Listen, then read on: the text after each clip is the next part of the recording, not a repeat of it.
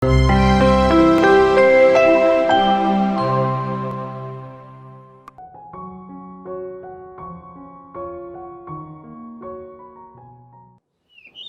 গ্রামে সাধন নামে এক চাষি বাস করত। সে ছিল খুবই ব্যস্ত ও পরিশ্রমী, কিন্তু সে ছিল খুবই দরিদ্র। নুন আনতে পান্তা ফুরার অবস্থা ছিল তার। সে ছিল ভগবান শ্রীকৃষ্ণের একনিষ্ঠ ভক্ত। শত ব্যস্ততার মধ্যেও সে ভগবানের নাম করতে কোনোদিনও ভুলত না। প্রতিদিন চাষের কাজ সেরে সন্ধ্যাবেলা বাড়ি ফিরে সে ভগবানের নাম গান করত। এর অন্যথা কখনো হতো না। চাষবাস আর ভগবান শ্রীকৃষ্ণের সেবা করে সাধনের দিন খুবই ভালোভাবেই কেটে যাচ্ছিল। প্রতিদিন সাধন নিজের জন্য যা রান্না করত তাই ভগবানকে ভোগ হিসেবে নিবেদন করে প্রসাদ গ্রহণ করত। তখন শীতকাল চলছিল। শীতকালে নতুন খেজুরের গুড় ওঠে, আর শীতকাল মানেই পিঠে পুলির সময়। একদিন ভোরে সাধন পিঠের স্বপ্ন দেখল। সে ভগবান শ্রীকৃষ্ণকে পিঠে নিবেদন করছে। ঘুম ভেঙে উঠেই সাধনের চোখে জল চলে এলো। সে বলতে লাগলো, হে প্রভু, আমি বুঝতে পেরেছি তোমার কি ইচ্ছে। এখন তো শীতকাল, খেজুর গাছের টাটকা রস থেকে নলেন গুড় তৈরি হচ্ছে। প্রভুকে তো রোজ রোজ একই খাবার খেতে দিই। প্রতিদিন একই ভাত ডাল খেতে নিশ্চয় আমার প্রভুর জিভের রুচিটাই চলে গেছে। একই খাবার রোজ রোজ খেতে কারো রুচি হয় নাকি? প্রভুর নিশ্চয়ই প্রতিদিন একই খাবার খেতে ভালো লাগে না। শুধু আমি ভালোবেসে দিই বলে, কিছু না বলে আমার প্রভু সোনামুখ করে খেয়ে নেয়। কিন্তু আজ আমার প্রভুর স্বাদ হয়েছে, সে পিঠে খাবে। আমারও খুব ইচ্ছে করছে প্রভুকে নলেন গুড়ের পিঠে খাওয়াবো, কিন্তু কি করে খাওয়াবো? আমি তো পিঠে বানাতেই জানি না। আমি বরং একটা কাজ করি, পিঠে বানানোর জন্য যা যা জিনিসপত্র প্রয়োজন সেগুলো প্রথমে জোগাড় করি, তারপর না হয় পরের ব্যাপারটা ভাবা যাবে। প্রথমে চাল লাগবে, কিছুটা আতপ চাল ভিজিয়ে রাখি। এবার যাই, নারকেল আর গুড় জোগাড় করে আনি। এই বলে সাধন গ্রামের পথে বেরিয়ে গেল পিঠে বানানোর প্রধান উপকরণ নারকেল আর গুড় জোগাড় করার জন্য। প্রথমে সে নারকেল ব্যবসায়ীর কাছে গেল। নারকেল ব্যবসায়ী অনেক নারকেল আর ডাব নিয়ে বসেছিল। সাধন তাকে গিয়ে বলল, দাদা, আমাকে একটা নারকেল দাও না। হ্যাঁ, নিশ্চয়ই, কেন দেব না? তুমি নারকেল ভালো করে নেড়ে চেড়ে দেখে নাও জল রয়েছে কিনা। না হলে খারাপ নারকেল হলে তো আমাকেই দায়ী করবে। না না, সেরকম কোনো ব্যাপার না। আমি জানি তুমি আমাকে ভালো নারকেলই দেবে। আর তাছাড়া এটা তো আমি আমার জন্য নিচ্ছি না, আমার প্রভু শ্রীকৃষ্ণের জন্য নিচ্ছি। এই নারকেল দিয়ে আমি প্রভুর জন্য পিঠে বানাবো। তুমি নিজের হাতে আমাকে যেটা দেবে আমি সেটাই নেব। নারকেল ব্যবসায়ী খুব খুশি হয়ে তাকে একটা ভালো নারকেল বেছে দিল। এই নাও, এই নারকেলটা নাও, এটাতে ভালো জল রয়েছে, আর এটা বেশ বড়। ঠিক আছে দাদা, অনেক ধন্যবাদ। প্রভু শ্রীকৃষ্ণের আশীর্বাদে তোমার অনেক ভালো হবে। এই বলে তো সাধন নারকেল নিয়ে চলে যাচ্ছিল, কিন্তু নারকেল ব্যবসায়ী তখনই তাকে পিছু ডেকে বলল, এ কি দাদা, নারকেলের দাম দিলে না যে? দামটা দিয়ে যাও। একটা নারকেল 5 টাকা। 5 টাকা? কিন্তু এই মুহূর্তে তো আমার কাছে কোনো টাকা নেই দাদা। এখনো তো চাষ ওঠেনি, তাই হাত পুরো খালি। চাষ উঠে গেলে হাতে টাকা পয়সা আসলে আমি তোমাকে নারকেলের দামটা দিয়ে যাব। নারকেল ব্যবসায়ী বেশ রেগে গেল। আমি ধার বাকিতে ব্যবসা করি না, হয় নারকেলের দাম দাও, না হলে আমার নারকেল রেখে দাও। কিন্তু আমার কাছে তো কোনো টাকা নেই দাদা। আমি যে আমার প্রভুকে কথা দিলাম তাকে আজ পিঠে খাওয়াবো। দয়া করে আমাকে নারকেলটা নিতে দাও দাদা। আমি সত্যি বলছি, চাষ উঠে গেলেই আমি তোমাকে তোমার নারকেলের দাম দিয়ে যাব। দেখো, আমি ব্যবসায়ী মানুষ, আমি কারো ঠুনকো কথায় বিশ্বাস করি না। আমার সহজ কথা, টাকা দাও, জিনিস নাও। তুমি নিজেকে ভগবানের ভক্ত বলছো, আর এদিকে টাকা না দিয়ে জিনিস নিয়ে চলে যাচ্ছ। তুমি ভক্ত নাকি ভেখধারী ডাকাত? ব্যবসায়ীর এই কথাটা সাধনের একদমই ভালো লাগলো না। সে গরিব হতে পারে কিন্তু অসৎ নয়। তার মন খারাপ হলো ঠিকই, কিন্তু তবুও সে হাসি মুখে বলল, ঠিক আছে দাদা, তুমি তোমার নারকেল রেখে দাও। নারকেল তো পাওয়া গেল না, এবার গুড়ের খোঁজ করে দেখি যদি পাওয়া যায়। হাঁটতে হাঁটতে শেষে পৌঁছলো গুড় ব্যবসায়ীর কাছে। সেই সময় ব্যবসায়ী খেজুর রসে জাল দিয়ে গুড় তৈরি করছিল। তাকে গিয়ে সাধন বলল, নতুন গুড়ের খুব সুন্দর গন্ধ ছড়িয়েছে দাদা। গন্ধ তো ছড়াবেই, এই যে একেবারে খাঁটি খেজুর রসের গুড়, কোনো ভেজাল পাবে না আমার বানানো এই গুড়ে। দাদা, আমাকে কিছুটা খেজুর গুড় দাও না, আমার প্রভু শ্রীকৃষ্ণকে পিঠে বানিয়ে খাওয়াবো। হ্যাঁ, নিশ্চয়ই দেবো, কেন দেবো না। এই বলে আগে থেকে সাজিয়ে রাখা গুড়ের পাত্র থেকে কিছুটা গুড় একটা ছোট পাত্রে ঢেলে ব্যবসায়ী সাধনকে দেয়। এই নাও গুড়, একেবারে খাঁটি গুড়, ভালো লাগলে আবার এসো কিন্তু। হ্যাঁ, নিশ্চয়ই আসবো দাদা। এখন তাহলে আমি আসি, প্রভুকে সেবা দিতে হবে। এই বলে গুড় নিয়ে চলেই আসছিল। তখন ব্যবসায়ী পিছু ডেকে বলল, আরে দাদা, দাঁড়াও দাঁড়াও, গুড়ের দাম না দিয়েই চলে যাচ্ছ যে, গুড়ের দামটা দাও, 1 টাকা 8 আনা। দাদা, এই মুহূর্তে আমার কাছে তো কোনো টাকা নেই। আমি তো ভাগের জমি চাষ করি, তাই চাষ উঠতেই জমির কর আর ধার বাকি সব শোধ করতেই টাকা শেষ হয়ে গিয়েছে। আমার চাষ উঠলেই আমি তোমার গুড়ের দাম দিয়ে যাব। আমি সত্যি বলছি, আমি তোমাকে ঠকাবো না। আমাকে একটু বিশ্বাস করো, আমি তোমার টাকা ঠিক দিয়ে দেবো দাদা। না না দাদা, আমি ধার বাকিতে ব্যবসা করি না। তোমার কোনো ধারণা আছে খেজুর গাছ থেকে রস পেড়ে গুড় বানাতে কতটা কষ্ট করতে হয়? আর তাছাড়া তোমার লজ্জা করছে না? ভগবানের সেবার নামে গুড় নিচ্ছ, তাও আবার টাকা না দিয়ে। ভগবান এইরকম নিবেদন কখনোই গ্রহণ করবেন না। গুড় ব্যবসায়ীর এই কথায় সাধনের মনে খুবই আঘাত লাগলো। সে তার মনের কষ্ট মনেই চেপে রেখে হাসি মুখে বলল, ঠিক আছে দাদা, আমার কাছে তো এখন টাকা নেই। তুমি তাহলে তোমার গুড় রেখে দাও, আমি না হয় আবার পরে আসবো। এই বলে সে ব্যবসায়ীকে গুড় ফেরত দিয়ে মনমরা হয়ে বাড়ির পথে হাঁটতে থাকে। বাড়ি ফিরে এসে সে প্রভুর চরণে কাঁদতে লাগলো। তুমি তোমার এই অধম ভক্তকে ক্ষমা করো প্রভু। আমি পারিনি তোমার স্বাদ পূরণ করতে। তুমি আমার কাছে পিঠে খেতে চেয়েছিলে, আমি তাও তোমাকে দিতে পারলাম না।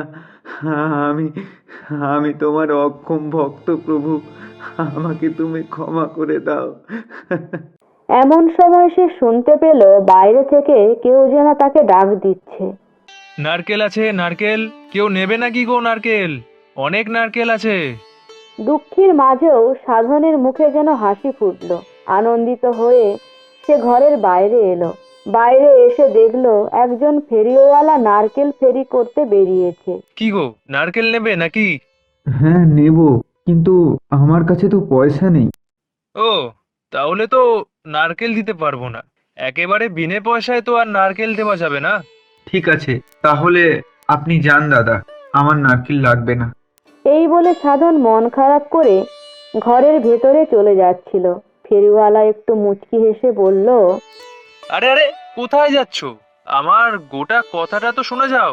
কি আর শুনবো বলুন, আমার কাছে তো টাকা নেই। টাকা দাও আর না দাও, কিছু না কিছু তো দিতে হবে। একেবারে এমনি এমনি তো তোমায় আমি নারকেল দিতে পারবো না। আমার কাছে এমন কি আছে যা আপনাকে দিতে পারি? কেন? তোমার বাড়িতে তো চাল রয়েছে। তুমি আমাকে 1 সের চাল দাও, আর আমি তার পরিবর্তে তোমাকে একটা নারকেল দেব। ফেরিওয়ালার এই কথা শুনে সাধন খুব খুশি হয়ে গেল। তার মুখ চোখ আনন্দে ভরে উঠল। সে বলল, ঠিক আছে দাদা, আপনি একটু দাঁড়ান, আমি আপনার জন্য চাল নিয়ে আসছি। কিছুক্ষণ পরে সাধন ঘরের ভেতর থেকে চাল নিয়ে এসে ফেরিওয়ালাকে দিল, আর তার পরিবর্তে ফেরিওয়ালা সাধনকে একটি নারকেল দিল। নারকেল পেয়ে সাধন তো খুবই খুশি, কিন্তু এখন গুড় পাবে কোথায়? আবার সে ভগবানের কাছে গিয়ে হাত জোড় করে বলতে লাগলো, তোমার কৃপায় নারকেল তো আমি পেয়ে গেলাম প্রভু, কিন্তু এখন গুড় ছাড়া আমি পিঠে বানাবো কি করে? সাধন, বাড়িতে আছো সাধন? এখন আবার কে এলো দেখি তো গিয়ে। ঘরের বাইরে গিয়ে এসে দেখলো সেই গুড় ব্যবসায়ী দাঁড়িয়ে রয়েছে, যার কাছে সে কিছুক্ষণ আগেই গুড় আনতে গিয়েছিল। এ কি দাদা, তুমি এখানে? হ্যাঁ সাধন, তোমাকে ওভাবে ফিরিয়ে দেওয়ার পর আমার খুব খারাপ লাগছিল। আমিও ভগবান শ্রীকৃষ্ণের একজন ভক্ত। আমি একজন ভক্ত হয়ে আর একজন ভক্তকে এভাবে তাড়িয়ে দিলাম, তাই মনের মধ্যে কেমন একটা অস্বস্তি হচ্ছিল, তাই নিজেই চলে এলাম। আমাকে তুমি ক্ষমা করে দাও সাধন। আরে না না, এ তুমি কি বলছো দাদা? আমার কাছে তুমি ক্ষমা চাইছো কেন? আমার প্রভু তোমাকে পাঠিয়েছেন। ক্ষমা চাইতে হলে তুমি প্রভুর কাছে চেয়েও। কিন্তু তুমি কি তাহলে আমাকে গুড় দেবে দাদা? আমার প্রভু যে আমার কাছে পিঠে খেতে চেয়েছে। হ্যাঁ, সেটা তো এখন আমি তোমায় দিতেই পারি, কিন্তু এমনি এমনি তো দিতে পারবো না, কারণ ভগবানকে নিবেদন করার জন্য কোনো জিনিস বিনা পয়সায় নিতে নেই, তাতে তোমারই অসম্মান হবে। হ্যাঁ, এটা তো তুমি ঠিক কথাই বলেছো দাদা, কিন্তু আমার কাছে তো টাকা নেই। আমি এখন তোমায় কি করে টাকা দিই বলো তো? তুমি কিছু চিন্তা করো না, আমার কাছে একটা উপায় আছে। কি উপায়? তুমি তো পিঠে বানাবে, তুমি পিঠে বানিয়ে আমাকে কিছু পিঠে দিও, আমিও তাহলে ভগবানকে নিবেদন করতে পারবো। এটা তো তুমি খুব ভালো বলেছো। ঠিক আছে দাদা, আমি তাহলে তাই করব। আমি পিঠে বানিয়ে তোমায় দিয়ে আসবো। ঠিক আছে, এই নাও গুড়, ভালো করে পিঠে বানাও। সাধন খুবই খুশি হলো। তোমার অশেষ দয়া প্রভু, তুমি আমায় করুণা করেছো। চাল গুঁড়ো করার জন্য রান্নাঘরে সাধন গিয়ে অবাক হয়ে গেল। সে দেখলো সেখানে একজন মহিলা বসে শিলে চাল গুঁড়ো করছে। এ কি, তুমি কে? তুমি এখানে কি করে এলে? আমি কমলা গো, আমি এই গ্রামেই থাকি। শুনলাম তুমি নাকি প্রভুকে পিঠে খাওয়াবে। হ্যাঁ, আমার প্রভুর তো তাই ইচ্ছে। এই দেখো না, নারকেল গুড় সব জোগাড় হয়ে গিয়েছে। সবই তো বুঝলাম, কিন্তু তুমি পিঠে বানাতে জানো? না, মানে জানি না, কিন্তু ঠিক জেনে যাব। ও তাই নাকি? তা কি করে জানবে শুনি? তোমার পিঠে বানানো জানতে জানতে প্রভুর পিঠে খাওয়ার ইচ্ছেটাই তো চলে যাবে। হ্যাঁ, এটা তো তুমি ঠিকই বলেছো। এটা তো আমি ভেবে দেখিনি। তাহলে আমি এখন কি করব? আরে এত চিন্তা করছো কেন? আমি তাহলে এসেছি কি জন্য? আমি পিঠে বানাবো, তুমিও আমার দেখে দেখে পিঠে বানাবে। ঠিক আছে, তাহলে আমি তাই করব। তুমি ঠিকই বলেছো। আমার প্রভুর বোধহয় এটাই ইচ্ছে। এরপর কমলা আর সাধন মিলে পিঠে বানাতে লাগলো। পিঠে বানানো শেষ হলে সেই পিঠে সাধন ভগবানের কাছে নিয়ে এলো ভগবানকে নিবেদন করার জন্য। সেই সময় বাড়ির বাইরে থেকে একজনের কণ্ঠ শোনা গেল। রাধে রাধে, কি গো, বাড়িতে কেউ আছো? সাধন বাইরে এসে দেখলো একজন দাঁড়িয়ে রয়েছে। কে আপনি? হাঁটতে হাঁটতে ক্লান্ত হয়ে পড়েছি, খুব তেষ্টা পেয়েছে, খিদেও পেয়েছে বড্ড। কিছু কি খাবার পাওয়া যাবে? হ্যাঁ হ্যাঁ, নিশ্চয়ই, আপনি ভেতরে আসুন। সাধন সেই পথিককে ঘরের ভিতরে নিয়ে এলো। সাধন তারপর আসন পেতে সেই পথিককে বসতে বলল। আপনি এখানে বসুন। এরপর এক গ্লাস জল সেই পথিককে দিয়ে সাধন বলল, এই নিন, জলটা খান। পথিক জলটা খেয়ে তৃপ্ত হলো। আপনি একটু বিশ্রাম করুন। আমি প্রথমে ভগবানকে পিঠে নিবেদন করে দিই, তারপরেই আপনার খাবার ব্যবস্থা করছি। কিন্তু আমার হাতে তো বেশি সময় নেই, আমাকে এখনো অনেকটা পথ হাঁটতে হবে। আপনি যদি দয়া করে আমার খাওয়ার ব্যবস্থাটা আগে করে তারপর ভগবানকে সেবা দেন, তাহলে কি খুব ক্ষতি হয়ে যাবে? না হলে আমি এখন আসি। অতিথি নারায়ণ, এখন অতিথি যদি অভুক্ত অবস্থায় ফিরে যায়, তাহলে আমার ভগবান খুশি হবেন না। তাহলে আমি বরং এনাকে আগে খেতে দিই, তারপর না হয় প্রভুকে সেবা দেব। এই ভেবে সে পথিকের খাওয়ার ব্যবস্থা করলো। সাধন পথিককে অন্ন খেতে দিল। সেই দেখি পথিক বলল, এই কি, আপনি আমাকে অন্ন খেতে দিলেন কেন? আপনি তো আজ ভগবানের জন্য পিঠে তৈরি করেছেন, তাহলে আমাকে তা দিলেন না কেন? আপনি কি আমাকে অতিথি হিসেবে ঠিক মেনে নিতে পারছেন না? ঠিক আছে, আমি তাহলে চলে যাচ্ছি। আরে না না, এ আপনি কি বলছেন? আপনি এভাবে অভুক্ত অবস্থায় বাড়ি থেকে চলে গেলে আমার প্রভু আমার উপর রুষ্ট হবেন। হ্যাঁ, আপনি বসুন, আমি আপনার জন্য পিঠে আনছি। পথিক আনন্দের সাথে সেই পিঠে খেয়ে বলল, খুবই তৃপ্ত হলাম, আপনার মঙ্গল হোক, এখন আমি আসি। এই বলে পথিক চলে গেল। এরপর ভগবানকে ভোগ নিবেদন করার পর সাধনের মনে পড়ল, গুড় ব্যবসায়ী দাদাকে তো পিঠে দেওয়াই হয়নি, যাই গিয়ে দিয়ে আসি। এই ভেবে সে যখন গুড় ব্যবসায়ীকে পিঠে দিতে গেল, তখন তাকে দেখে গুড় ব্যবসায়ী খুবই অবাক হলো। এ কি, তুমি আবার কি জন্য এসেছো? ও মা, গুড়ের দামের বদলে তোমাকে তো পিঠে দেওয়ার কথা ছিল, তুমি তো আর গেলেই না, তাই আমি নিজেই তোমার জন্য পিঠে নিয়ে এলাম। যাও গিয়ে ভগবানকে নিবেদন করো। এসব তুমি কি বলছো? আমি তোমাকে কখন গুড় দিলাম? আমি তো তোমাকে সকালবেলা তাড়িয়ে দিয়েছিলাম।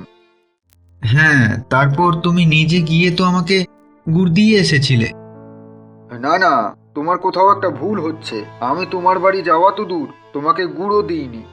সাধন খুবই অবাক হলো। কিছু একটা ভেবে নিয়ে এসে বলল, কিন্তু পিঠে তো আমি তোমার জন্যই এনেছি, তাই এটা আমি আর ফিরিয়ে নিয়ে যাব না। এটা তুমি নাও দাদা। এই বলে সে পিঠের পাত্রটা ব্যবসায়ীর হাতে ধরিয়ে দিয়ে সে বাড়ি ফিরে এলো। বাড়ি ফিরে এসে দেখলো যেখানে সেই পথিক বসেছিল সেখানে দুটো আলতা মাখা পায়ের ছাপ। তারপর রান্নাঘরে গিয়ে এসে দেখলো যেখানে সেই কমলা নামের মহিলা বসে পিঠে বানাচ্ছিল সেখানেও দুটো আলতা মাখা পায়ের ছাপ। উনি তো বলেছিলেন ওনার নাম কমলা। আরে, মা লক্ষ্মীর নামও তো কমলা। তার মানে স্বয়ং মা লক্ষ্মী এসেছিলেন আমার বাড়িতে। স্বয়ং মা লক্ষ্মী আর আমার প্রভু আমার বাড়িতে এলেন, আর আমি তাদের চিনতে পারলাম না। এটা দেখে সে ভগবানের শিববিগ্রহের সামনে এসে কাঁদতে লাগলো। হে প্রভু, হে তোমার কেমন লীলা প্রভু! এই অধম ভক্তকে তুমি দেখা দিলে, তবুও আমি তোমাকে চিনতে পারলাম না। তোমার অশেষ দয়া প্রভু, অশেষ করুণা, তোমার অশেষ করুণা। এভাবেই ভগবান শ্রীকৃষ্ণ তার ভক্তদের প্রতি মুহূর্তে পরীক্ষা নিয়ে থাকেন এবং পরে নিজেই তিনি সেই বিপদ থেকে ভক্তকে উদ্ধার করেন, কারণ ভগবান তার অন্তরঙ্গ ভক্তদের প্রতি লীলা প্রদর্শন করে খুবই আনন্দ পান এবং ভক্তকেও আনন্দ প্রদান করেন, কারণ ভগবানের লীলা বোঝা খুবই কঠিন। হরে কৃষ্ণ।